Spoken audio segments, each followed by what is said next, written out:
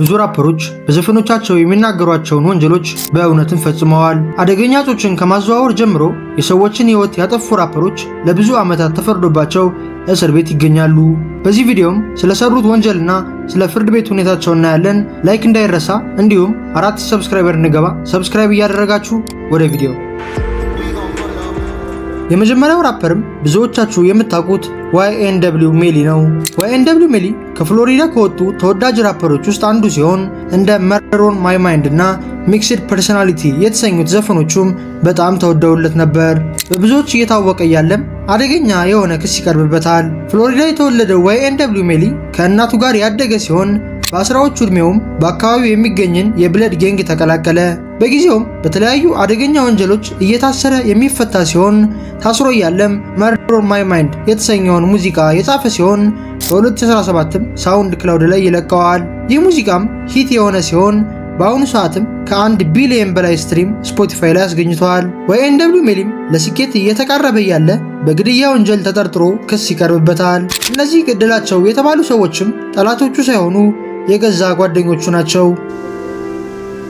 በ2016 ሜሊ YNW የተሰኘ ቡድን መሰረተ። የዚህ ቡድን አባላትም YNW ጁቪ፣ ሳክቼዘር እና ቦርትለን ነበሩ። ከነዚህም ውስጥ ጁቪና ሳክቼዘር የሞቱ ሲሆን ወደ ሆስፒታል የወሰዳቸው ደግሞ YNW ቦርትለን ነበር። ቦርትለንም ለፖሊሶች ሲያስረዳ ጓደኞቹ በድራይቭ ባይ ሹቲንግ እንደሞቱ ሲሆን ፖሊሶች ግን ብዙ ምርመራዎችን ካደረጉ በኋላ ሜሊና ቦርትለን ገዳይ መሆናቸውን ይፋ አደረጉ። በዚህም YNW ሜሊና YNW ቦርትለን በግድያ ወንጀል ተከሰሱ። ሜሊም በተደጋጋሚ ዋስ እንዲፈቀድለት የጠየቀ ቢሆንም ፍርድ ቤቱ ግን ሊፈቅድለት አልቻለም። በቅርቡም ጓደኛው ቦርትለን ስኒች እንዲያደርግ እድል የተሰጠው ሲሆን ቦርትለን ስኒች አደረገ ማለት ደግሞ YNW ሜሊ የዕድሜ ልክ እስራት ሊፈረድበት ይችላል። በ2019 የታሰረው YNW ሜሊም ያለምንም ፍርድ አሁን ድረስ እስር ቤት ሲሆን ብዙ አድናቂዎቹ ቶሎ እንዲፈታ ጥያቄ ያቀርባሉ። YNW ሜሊ በቅርብ የሚፈታ ይመስላችኋል? መልሳችሁ ኮሜንት ላይ ጻፉልኝ። በመቀጠል ደግሞ ቴይኬን እንመልከት። ቴይኬ ከሙዚቃዎቹ ይልቅ በሰራቸው ወንጀሎች ይታወቃል። ደሬስ በተሰኘው ሙዚቃው የሰራቸውን የተለያዩ ወንጀሎች የጠቀሰ ሲሆን በዚህም ምክንያት ለእስር ተዳርጓል። ቴይኬ የተወለደው ሎንግ ቢች ካሊፎርኒያ ሲሆን ከቆይታ በኋላም ቴክሳስ ሄዶ መኖር ይጀምራል። አባቱ ለብዙ ዓመታት የታሰረ ሲሆን በዚህም ምክንያት ቴይኬ ከእናቱ ጋር እንዲያድግ ሆኗል። በ2014 ቴይኬ ዴይቶና ቦይስ የተሰኘ ግሩፕ ከነ ፒምፕስ እና ሳንታና ሴጅ ጋር ይመሰርታል። መጀመሪያ ላይም ብዙም አቴንሽን ያላገኙ ሲሆን ሰፈራቸው ውስጥ ፓሪ እያዘጋጁም ፐርፎርም ያደርጉ ነበር። ጁላይ 2016 ላይ ቴይኬ ከ6 ሰዎች ጋር በግድያ ወንጀል ተጠርጥሮ ይታሰራል። ሟች የነበረውም የ21 ዓመቱ ኢታን ዋከር ሲሆን ቤቱ ውስጥ ተቀምጦ እያለ እነ ቴይኬ መሳሪያ ታጥቀው ይመጡና ሊዘርፉት ይሞክራሉ። በጊዜውም ዋከር ለመታገል የሞከረ ሲሆን አንዱ አባልም ተኩሶ ይመታዋል።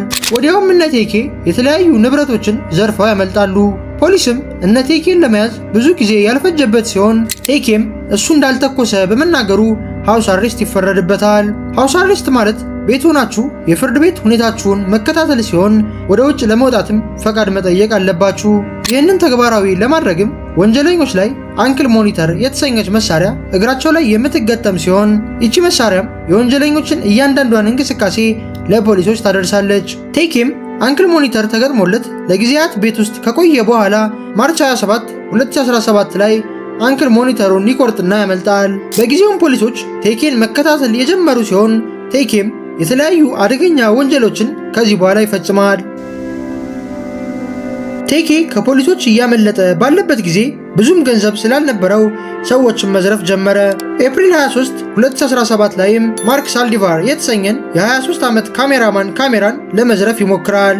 ማርክ ሳልዲቫርም ካሜራዬን አልሰጥም በማለት ትግል ውስጥ የገባ ሲሆን ቴይኬም ሽጉጡን አውጥቶ ይተኩስና ይገለዋል። ሜ 25 ላይ ደግሞ አንድን የ65 ዓመት አዛውንት ደብድቦ የያዘውን ንብረት ይቀማዋል። ከቆይታ በኋላም ቴይኬ ኒው ጀርሲ በመሄድ ለብዙዎች የተወደደውን ደሬስ የተሰኘውን ሙዚቃውን ይሰራል። በዚህ ሙዚቃም ከፖሊሶች አምልጫለሁ እያለ የሚናገር ሲሆን የተለያዩ የሰራቸውን ወንጀሎችንም ተናግሯል። ይህ ዘፈን በተለቀቀ በዛው ቀንም ፖሊሶች ያለበት ቦታ ድረስ መጥተው ያስሩታል። ይህ ዜና ሲሰማም የቴይኬ ስም በብዙዎች የታወቀ ሲሆን ሙዚቃዎቹም እንደ አዲስ መደመጥ ጀመሩ። ጁላይ 2019 ላይም ኢታን ዋከር ለተሰኘው ግለሰብ ግድያ ጥፋተኛ ሆኖ በመገኘቱ ለ55 ዓመት ይፈረድበታል። ማርክ ሳልዲቫር የተሰኘውን ካሜራማን ለገደለበት ወንጀል ደግሞ 80 ዓመት የተፈረደበት ሲሆን በአጠቃላይም 135 ዓመት ተፈርዶበታል። የቴኬ ጓደኛ የሆነው ፒምፕስም ቴኬ በሰራቸው የተለያዩ ወንጀሎች የተሳተፈ ሲሆን ቴኬ ላይም ስኒች አድርግና ክሱ ይቅለልልህ ቢባልም እምቢ በማለቱ 30 ዓመት ተፈርዶበታል። ቴኬም የተከሰሰበት ክስ አደገኛ በመሆኑ ኬዙን የሚያሸንፍ አይመስልም።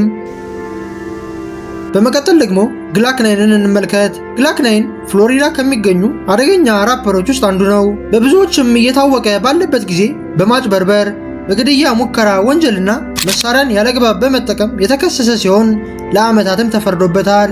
223 እና 10% በመሳሰሉ ሙዚቃዎቹ የታወቀው ግላክ ናይን ገና በ13 ዓመቱ መኪና ሲዘርፍ ተይዞ እስር ቤት ገብቶ ነበር።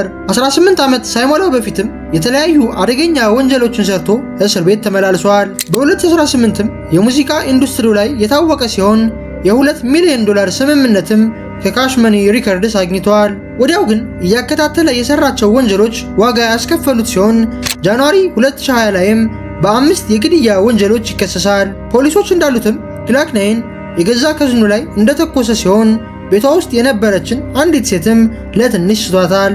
ለዚህ ክሱም በዋስ የተለቀቀ ቢሆንም ከወራት በኋላ ግን በሪኮ ኬዝ እንደገና ይታሰራል። የፍሎሪዳ ፖሊስ ዲፓርትመንትም የግላክ ናይን በሆነው AFNF በተሰኘው ጌንግ ምርመራ የጀመረ ሲሆን የተለያዩ አደገኛ ወንጀሎችንም እንደሚሰሩ በመረጋገጡ ሙሉ የAFNF አባላት ይታሰራሉ። ግላክ ናይንም ቤቱ ሲፈተሽ የተለያዩ ህገወጥ መሳሪያዎች የተያዙበት ሲሆን በተጨማሪም ፌክ የሆኑ መታወቂያዎችና ፓስፖርቶችም ተገኝተውበታል። ለዚህም ግላክ ናይን 87 ወራት ወይንም 7 ዓመት ከ3 ወር ተፈርዶበታል። ከግላክ ናይን በመቀጠል ደግሞ ኬሶን እንመልከት። ጃክሰንቪል የሚገኘው ኬሶ የያንጊኔስ ቀኝ እጅ እንደሆነ ይታወቃል። ኬሶም በተለያዩ ጊዜያት ብዙ ተኩሶችን የከፈተ ሲሆን የሁለት ሰዎችን ህይወትንም አጥፍተዋል። ሴፕቴምበር 2020 ላይ ኬሶ የታሰረ ሲሆን ለዚህም ምክንያቱ ሊልበክ ለተሰኘው ሰው ግድያ ነበር። ሊልበክ ማለት የፉሊዮ ጓደኛ ሲሆን የኬሶ ወንድም የሆነው ቦስጉን ሲሞትም ሊልበክ በቦስጉን ሲቀልድ ነበር። በዚህም ኬሶ የተናደደ ሲሆን ሊልበክንም ተኩሶ ይገድለዋል። ፖሊስም ብዙ ኢንቨስቲጌሽን ካደረገ በኋላ ኬሶንና አባቱን ያስራቸዋል። ከቆይታ በኋላ ደግሞ ኬሶ ቢቢ የተሰኘውን የፉሊዮ ጓደኛ እንደገደለው ይረጋግጣል። ኬሶም ቢቢን ከገደለ በኋላ በሙዚቃዎቹ ዲስ ያደረገው የነበረ ሲሆን ፖሊሶችም ይህንን እንደ ማስረጃ ተጠቅመዋል። ኬሶ ታስሮ እያለም ፉሊዮ ለኬሶ እስርን እንደማይመኝ የተናገረ ሲሆን ቶሎ ይፈታም እያለ ነበር።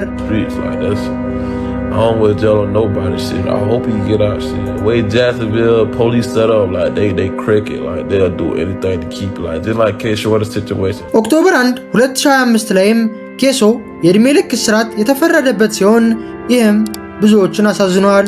ጋይስ ዛሬ ቪዲዮአችን ይህን ይመስል ነበር። በቀጣይ በማን አርቲስት ወይም ራፐር ልስራላችሁ። በቀጣይ ቪዲዮ እስከምንገናኝ ሰላም ሁኑ።